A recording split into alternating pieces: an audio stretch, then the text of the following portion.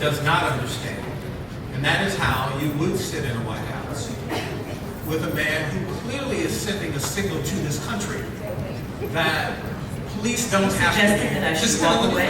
No, you didn't let me. I'm We suggesting have to you have hear a the rest voice of at the I table. suggest you hear the rest of my But I don't want to hear I'm doing my best. question. I'm doing my best. All right, I tell you what.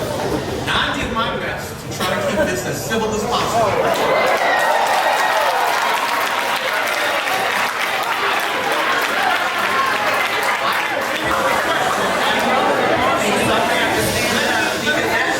But don't be aggressive. Oh, no, I wasn't aggressive. You didn't let me finish the question. I'm never So here we go. Ask your question, but don't lecture. Here we go. I'll ask the question my way. Since we're doing it over, And here's my walk way. around. One will suggest that a man who has already given signal You have a problem with Donald Trump, have a problem with Donald Trump. To a If you want to police ask about the loss of my No, no, father no. and my brother and the issues I went through, ask them about my story. No, I'm not going to asking stand you here about and how- defend every single word or decision. But I will tell my story. I'm allowed Ask you a question about me, initially- about my Well, brother, is that what you about my come to father. talk about? Yes, that's what they invited me to talk about. And I Okay, so ask a we're question. going to talk about both. Now you tell Ask me. if you're just a minute. dismissing I tell my you what. family story. No, I did not I dismiss. just shared about my father and my son. I did not Immediately go to Have you heard Donald my Trump. question? And I Have you heard my question? And the other thing you did was Have you heard part my of the question? mess. He says that you got me in this It is a mess. If you don't want to be here, don't be here. You But know, don't disrespect the story of my brother and my father. It's not a mess. This is my story. And if you have a problem with the loss of my brother, this is about my father. Rough. I said, please don't be too nice. Like when you guys put somebody in the car and you're protecting their head, you know, the way you put their hand, like don't hit their head and they've just killed somebody, don't hit their head. I said, you can take the hand away, okay?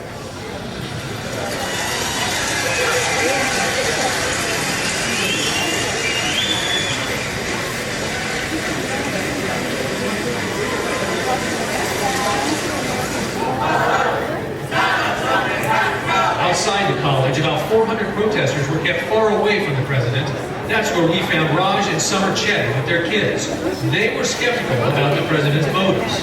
Yes, MST is liked, as games are anywhere, but it's a con, it's not visible, it's a Here's the reality. Here's the reality. Let me tell you my reality. As you all know, I've attempted, as coming in here at the last minute, to make this as civil as it has been. And yes, I called it a mess based on, no, Omarosa.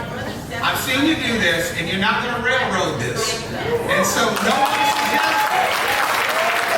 suggested that any of that was a mess. But if you thought you would come here as a representative of the White House and no questions about Donald Trump were going to be asked, that's what I've been trying to do.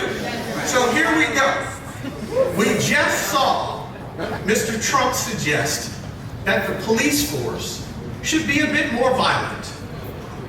Do you believe that that is something that with the climate we see in America and in particular in African American communities should have been said by the commander-in-chief? Next question. So in your opportunity to talk with him, what did you tell him in that? First of all, I don't disclose confidential conversations with the That's not president. You can laugh, but I do not disclose those types of communication. That's important that you know that on general, that's policy. But if you want to ask me That's not about my policy. experience, That's not and feel policy. free to. That's If not you want to policy. get to know Omarosa, feel free to. I came in here wide open to give an opportunity for people to get to know me. And then you ask about my family, and then you immediately go to Donald Trump. Get to learn about me. I'm sure we'll have plenty of time about Donald Trump, but We I'm don't here, have to. Ed. You're I'm showing here. And you're showing yourself too when you walk over to me here's the reality. aggressively and Well, call it you know a mess. So ask your I tell you question. what, I'm not engaged in this back and forth. Either you want to talk about it Ask and the we'll allow question. questions, Ask the or question. you won't. Ask the All right, so I'm going to ask it again because it is not policy that you can't disclose. You are one of the asking about a representatives. private conversation between me and the president. Is that what he asked, or did I miss it? You are So one what of did the you say to representatives the president of the United States? You are one of the representatives that certainly is the quote black pulse of the White House. Everyone has one. And we are asking you, what has been your suggestion to a commander-in-chief that is sending signals to the police force while the black community continues to wallow in the mire of violence and death by many of those police So the forces? first thing that I did was reach out to Dwayne Crawford at NOBL, which is the Black Law Enforcement Organization. I wanted them to lead a conversation and give guidelines of how we can move forward as a community, how we can have better engagement and have a better relationship between the community and black law enforcement. In fact, I've invited them to come and have a sit down so that we can have a larger dialogue about not just the soundbite, but about policies that directly impact our community. So that's the first thing that I did. Those are the conversations I had in the White House, and that's what's happening next week. Next question, please. The next question would be, when you hear this, when you see these thugs being thrown into the paddy wagon, you must just see them thrown back. In rough, I said, don't be too nice. It's President of the United States. Asked and answered. What was asked and answered? You just played the clip. You asked me if that was appropriate. I answered the No, question. but I didn't Let's ask finish. another question. No, I'm not going to ask another question. I'm going to do a follow-up, and here it is. The question of whether or not this president understands the depth of feeling that our community has to have that, and then juxtaposed it to what happened to Freddie Gray, says to us that you do not understand the depth of feeling and fear that the African American community has from police. Do you believe he understands that? I'm sorry. You know what? I think that you've already started with the notion that he doesn't. And I, in fact, heard you did. And so, no matter when you're looking at something through a prism where you think that he doesn't, so no matter what I say is never going to appease you. What I can say is that there needs to be a ton of work, and that we have to have an honest discussion. Freddie Gray, you know, it happened prior to this administration, and I saw what unfolded.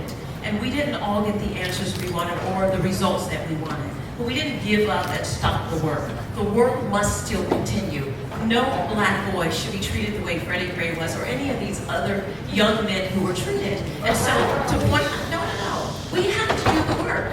And it didn't start when we came in at January 20th, and it's not going to end after we leave. So the work has to be done, Ed. So we can finger point and mock and laugh. I came out to laughter as if this was, it's not a joke for me.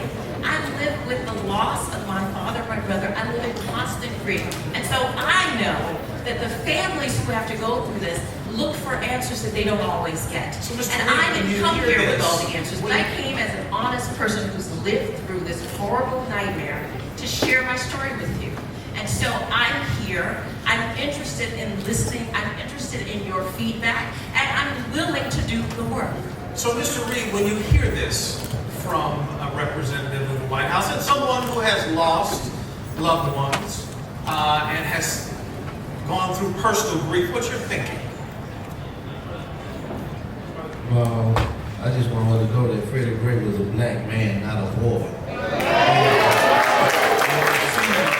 That type of mentality, like, that's what's wrong with this whole situation. Like, right now, too many of y'all looking at us as boys. We grown-ass men. And when you see this type of thing, we have to stand up and let them know, like, I understand perfectly that there are some black people that's just not black. I understand that.